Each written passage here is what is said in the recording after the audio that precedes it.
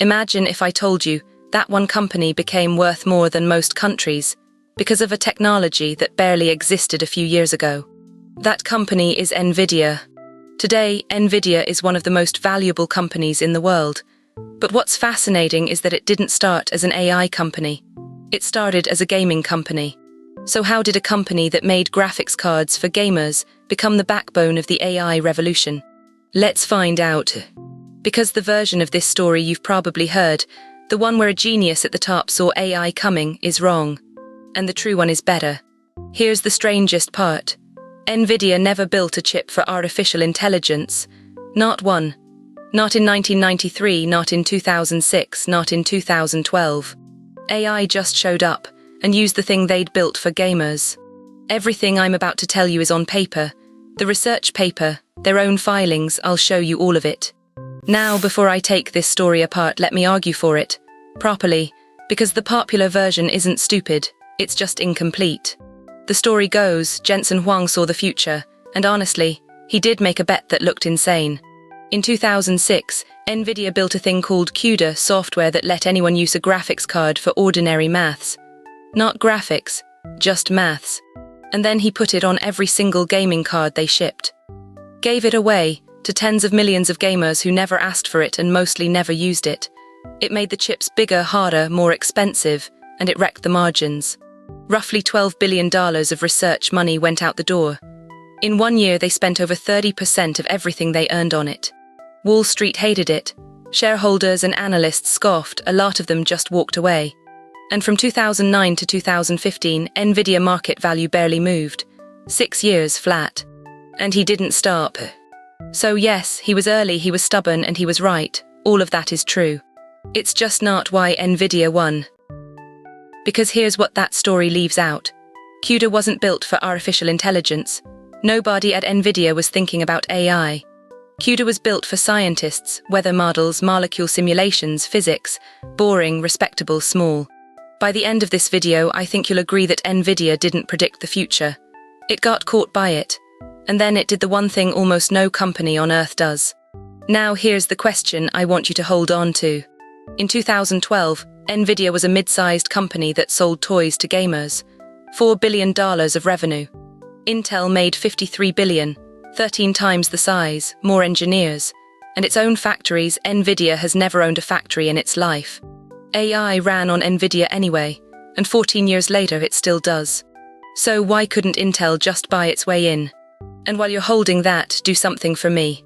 You know NVIDIA as a gaming company, so guess what percentage of its money comes from gaming today? Right now, put a number in the comments before you know the answer. I'll show you their own filing at the end, and I want you to scroll up and see what you guessed. 2012, University of Toronto. 3 people, Alex Krzyzewski, Ilya Sutskever, and their professor, Jeffrey Hinton. Hinton's own summary of who did what years later. Ilya thought we should do it, Alex made it work, and I got the Nobel Prize. They wanted to enter a competition called ImageNet.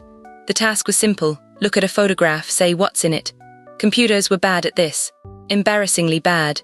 It was the kind of problem that made serious people roll their eyes. Neural networks had been unfashionable for about 30 years.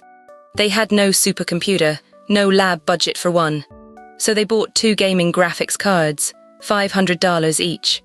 And they put them in a computer in Alex Krzyzewski's bedroom, at his parents' house. That's where it ran, 5 days in a bedroom. This is their paper. It's public, it's famous, and you can read it tonight. 2 GTX 580 graphics cards, 3 gigabytes of memory each. The exact card that was sitting in gaming PCs in bedrooms that year, because it was in a gaming PC in a bedroom. And they had to handwrite the code to make it work. Thousands of lines of CUDA, that software nobody was using because nothing off the shelf existed for this. They didn't win, they detonated. 15.3% error. Second place, the world's best effort, by serious teams with serious money, was more than 10 points behind. In a field where people fought over 1 percentage point, 3 guys, 2 gaming cards, a bedroom. That October, Krzyzewski stood up at a conference in Florence and presented it. Yann LeCun, one of the most respected people in the field, was in the room. He called it a turning point for AI. He was being modest. Every AI you have ever used traces back to that bedroom. Now here's the part that matters. NVIDIA didn't enter that competition. NVIDIA didn't fund it, didn't know about it, and had no idea their gaming cards were in that room. Their customers had found a use for their product that they hadn't imagined, hadn't designed for, and weren't selling. I want to give this a name, because you're going to start seeing it everywhere once you have one. Call it the side door. Every company builds a front door. NVIDIA front door was gaming, that's who they sold to, who they advertised to, who they built for. Intel had a front door too, the processor in every office computer on Earth. Intel guarded that door beautifully. But in 2006, NVIDIA left a side door open. Not for AI, they'd never heard of this version of AI. They left it open for weather scientists. And 6 years later, the entire future of computing walked through it. And here's the thing about a side door. You can't guard it because you don't know it's there. It isn't on your map. It isn't in your strategy deck. Nobody at Intel was defending a door Intel didn't believe existed. They weren't asleep, they were watching the front. Which brings us back to the question.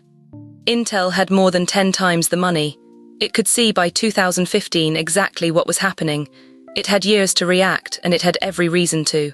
It's still not there, neither is anyone else really, and the reason isn't money. Here's what NVIDIA did, and it's the only genuinely brilliant thing in this entire story. They noticed. That sounds like nothing.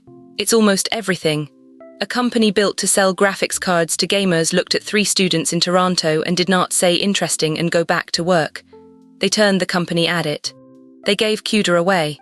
They put it in universities. They made sure that if you were a 22-year-old learning this stuff, the thing you learned it on was theirs. And every one of those students graduated into a job and wrote code. And that code assumed an NVIDIA card because that's the only kind they'd ever used. Do that for 10 years and you don't have customers. You have a language.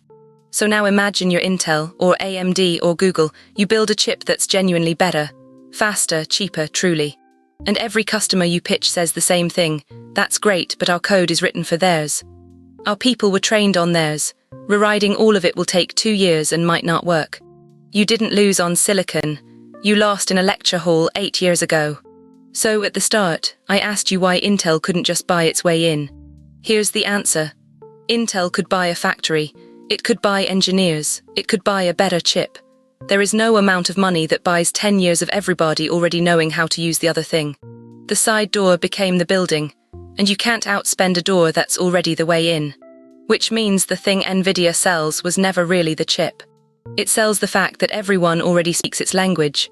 The chip is just what that arrives in. Now let's go back to Jensen Huang, because I've been unfair to him. The popular story says he predicted AI. He didn't. Nobody did. The people who made AI happen were surprised by it, and they were the ones doing it. But here's what he actually did, and I think it's harder. He spent 6 years funding something with no obvious customer. Then, when a use showed up that he hadn't planned, hadn't asked for and couldn't have predicted, he didn't defend the plan. He threw the plan away and chased the accident. That is so much rarer than being right. Most companies handed a surprise explain why it doesn't count. It's not our market, it's not our roadmap, it's a rounding error. Being right about the future is luck. Noticing you were wrong about it fast is a skill. That's the lesson, and it's got nothing to do with chips. Right, you guessed a number, scroll up, look at it. What percentage of NVIDIA is gaming today? This is NVIDIA own filing. Their most recent quarter, not my maths, theirs. Total revenue, $81.6 billion in 1 quarter. Data center, the AI business, $75.2 billion of it. 92%, which leaves everything else, gaming, cars, everything they've ever been known for sharing what's left. The gaming company isn't a gaming company. It hasn't been for years. Almost nobody updated the label. The teenagers built the road, then everybody else drove on it. So can they hold it?